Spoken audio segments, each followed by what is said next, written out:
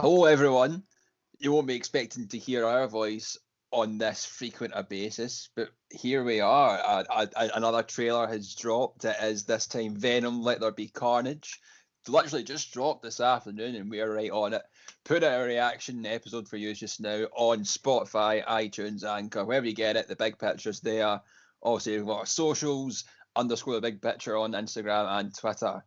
As I'm Jack Graham, your host for this week's episode of the Reacts version of the big picture, like we do it on a weekly basis, but we don't. We just do it whenever a trailer appears. But as always in these kind of episodes, we have a full complement of the team. You know, there's usually 5, but on the Reacts, only 2 or 3. But I've got 2 with me here. One who was the previous winner of the Venom episode. No surprise that Venom's probably our lowest listened episode on the podcast because it's shit.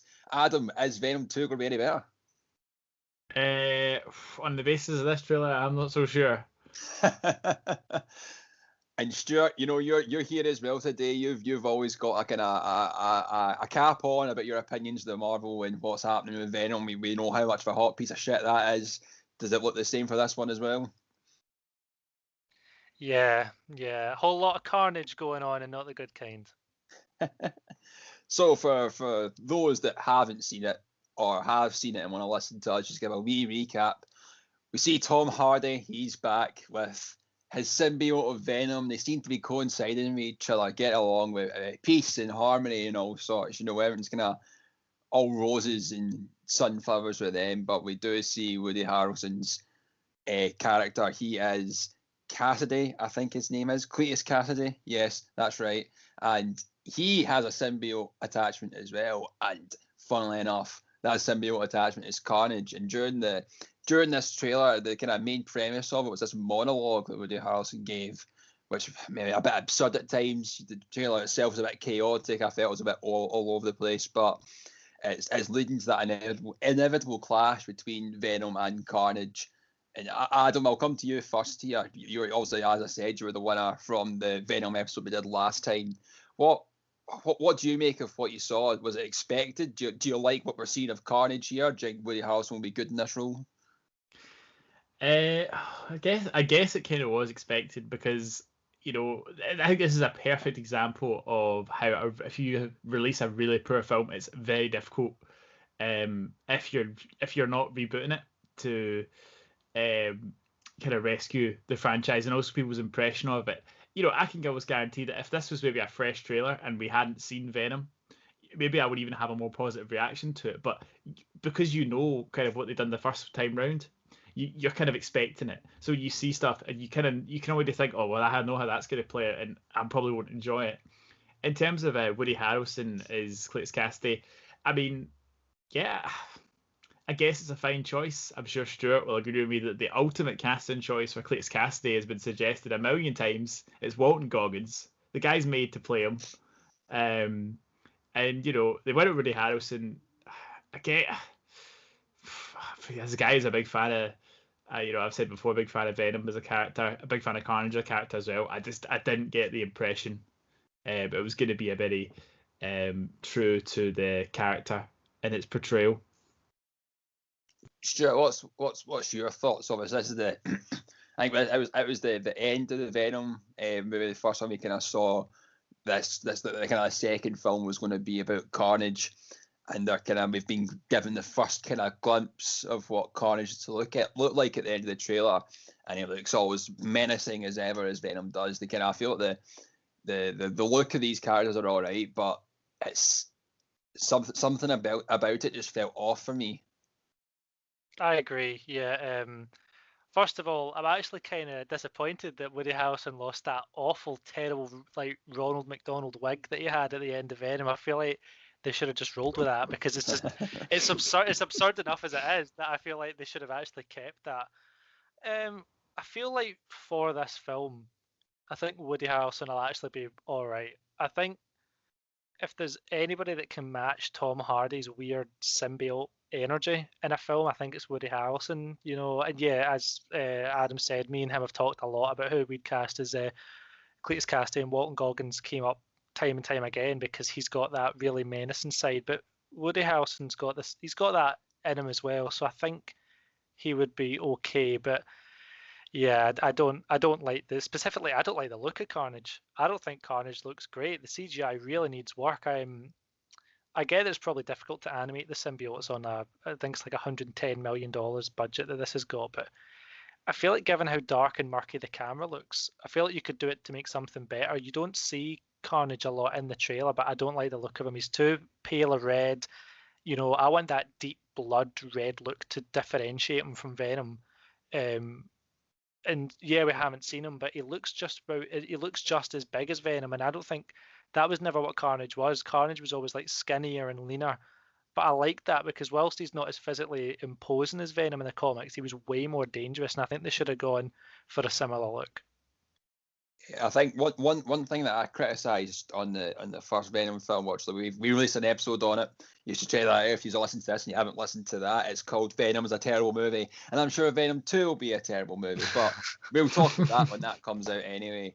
But I think what I didn't like between Eddie Brock and Venom is the kind of comedic relationship they have in this and Adam. They seem to kind of gone balls deep and like kind of doubling down with this kind of comedic relationship again, as we saw at the very beginning with like this, always like cooking their breakfast and whatnot. And we've seen the kind of sign of the no eating people and whatnot, and then obviously you see the kind of dialogue they have with the shopkeeper when like they're just kind of keeping friendly each other, watching out for each other's back. I don't like that direction. Well, you're not the only one, Jack. They clearly didn't listen to the episode. I thought maybe one of the 30 listeners that one's got, about 30. I thought maybe one of them was Sony. Apparently not. Very disappointing. I have to say, I agree with you. Like, it's something we talked about or the first episode. It just feels off. It doesn't really feel natural. This is how they've decided to write Venom. They've written him. They've totally doubled down on the anti-hero thing. The fact that Carnage is being cast as a villain. Of like the villain of the piece when what I liked about the comics, and there's actually two kind of points here. I'll stay kind of briefly with the same point about Venom talking to the symbiote, which is that if you look at the kind of dialogue in the comics, there's very little of Eddie Brock talking to the symbiote. Sorry, Venom talking to the symbiote, because it's they're not talking to each other. There's not two separate presents. The whole kind of point is that when Spider-Man's got the symbiote, he feels like it's talking to him. They're separate entities and it's influencing him. But with Venom, they match up so perfectly. They don't have to like discuss. It's they talk. They're almost exclusively talking together. And I keep bringing it up, but I'm watching Spider-Man 1994 right now. They did the Venom storyline. It's excellent. There's none of this inner dialogue thing. There's a monologue from Eddie Brock, which is excellent, and it works really well. And I would have loved to have seen him gone with that and said we're sticking with this, humorous. He's just that Venom symbiote. What I was gonna say about Carnage was that he represents, because he's Venom's offspring, he represents like the real darkest parts of Venom. There's no redeemability to Carnage. There never has been. And the reason it plays so well in the comics because Venom's the halfway point, and you're not getting this. And this Venom's like he's so far at the other end of the spectrum, but so obvious that they're opposites. It doesn't work as well, I don't think. What's your take on it here, Stuart? We're talking about kind of Carnage and Cletus Cassidy, whatever his name is, I can't remember. I don't really care because I think I'll just have as much care for his name as the movie, but. You obviously you're quite the comic fan and you probably know Venom and the associated characters pretty well. What do you think that the fans that maybe aren't so aware comically of this movie, of like this character, like what can the fans expect from him in this movie? What could he potentially bring? Well, I don't know, because it's clear that this film is not in any way adapted from comics really, because going back to what Adam was talking about, like Venom's always been that midway point, but he's always been at best an anti-hero. Well, he has been a hero in the comics, but he always reverts back to his true form of like being sometimes bad, sometimes good. Carnage is that absolutely. He's like evil incarnate. He is not only is the symbiote highlighting the worst like emotions and the worst actions of humanity, but Cletus Cassidy is already a bona fide serial killer in his own right. That's why he's in jail. He is absolute worst of the worst. Like he's a real piece of work. So if you were asking me what to expect from that, obviously you're going to expect I'd say an irredeemable character as opposed to Eddie Brock, who has been painted as kind of redeemable. And I get why Sony's doing that, because obviously there's no Spider-Man to base the origins off of in these films because it's its own separate thing.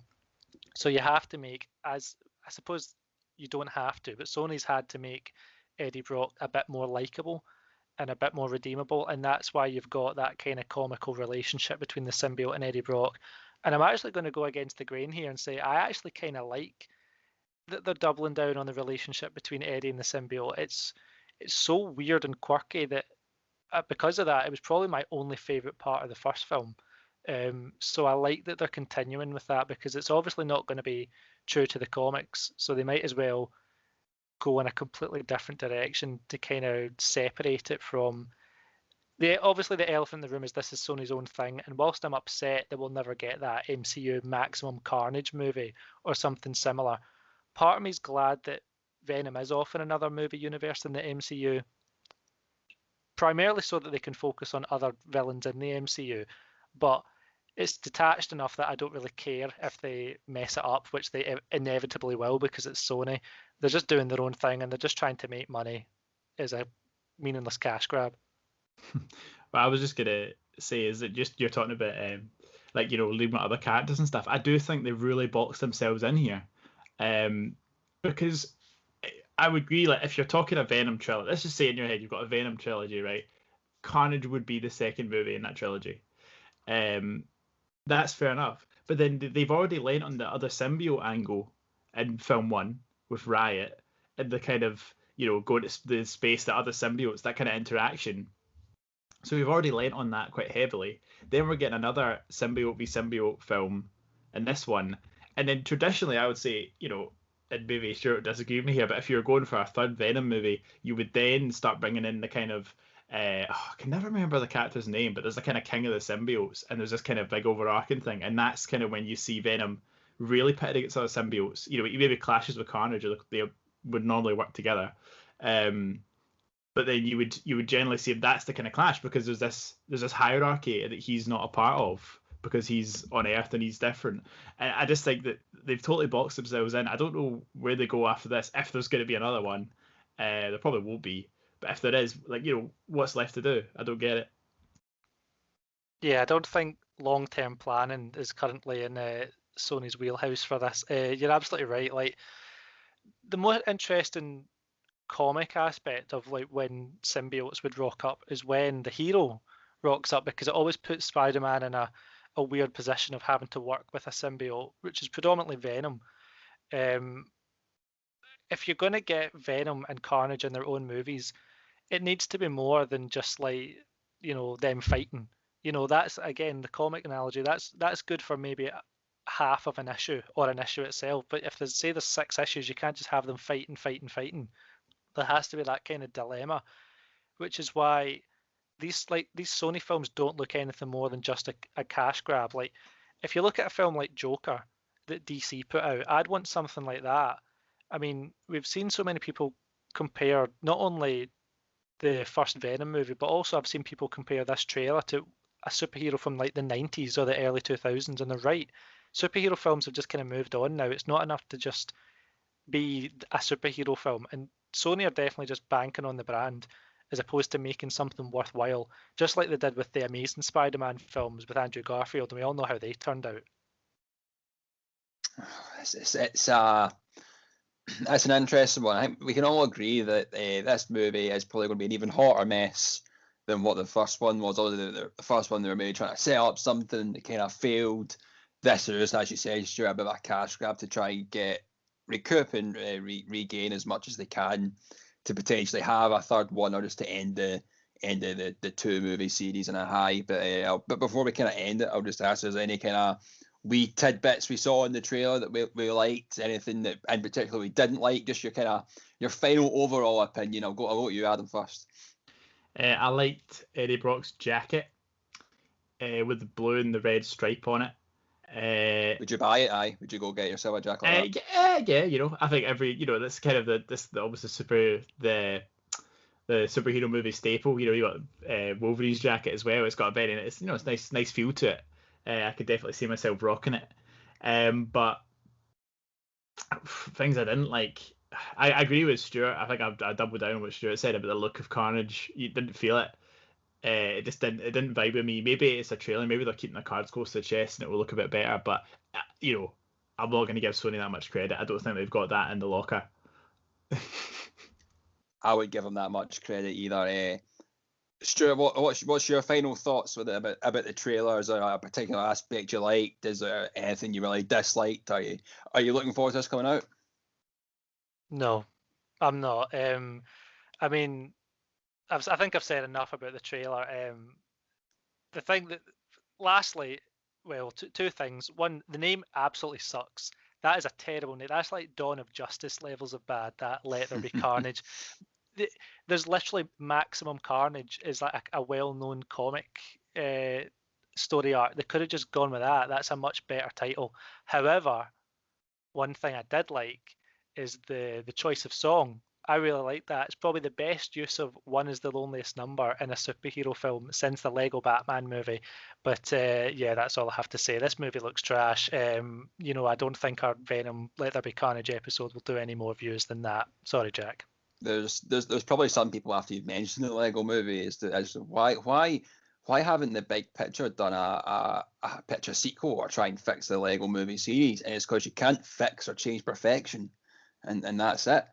But on that note, I think we will end it there. Also, thanks Adam. Thank you for coming on. Also, the trailer's not long dropped, and you've managed to get away from your busy schedule to come do this for 15 minutes. I've always got time for you, Jack. You're a good man. Sure, I know you'll say the exact same as Adam. Yep. And that is us. Maybe you'll see us next week. Obviously, we've got our Harry Potter episode coming out on the 24th of May. We've maybe another trailer drop out this week. We might get another episode out. Who knows? But always keep an eye on the big picture channels, and you'll get some good quality content there. So we will see you on the next episode.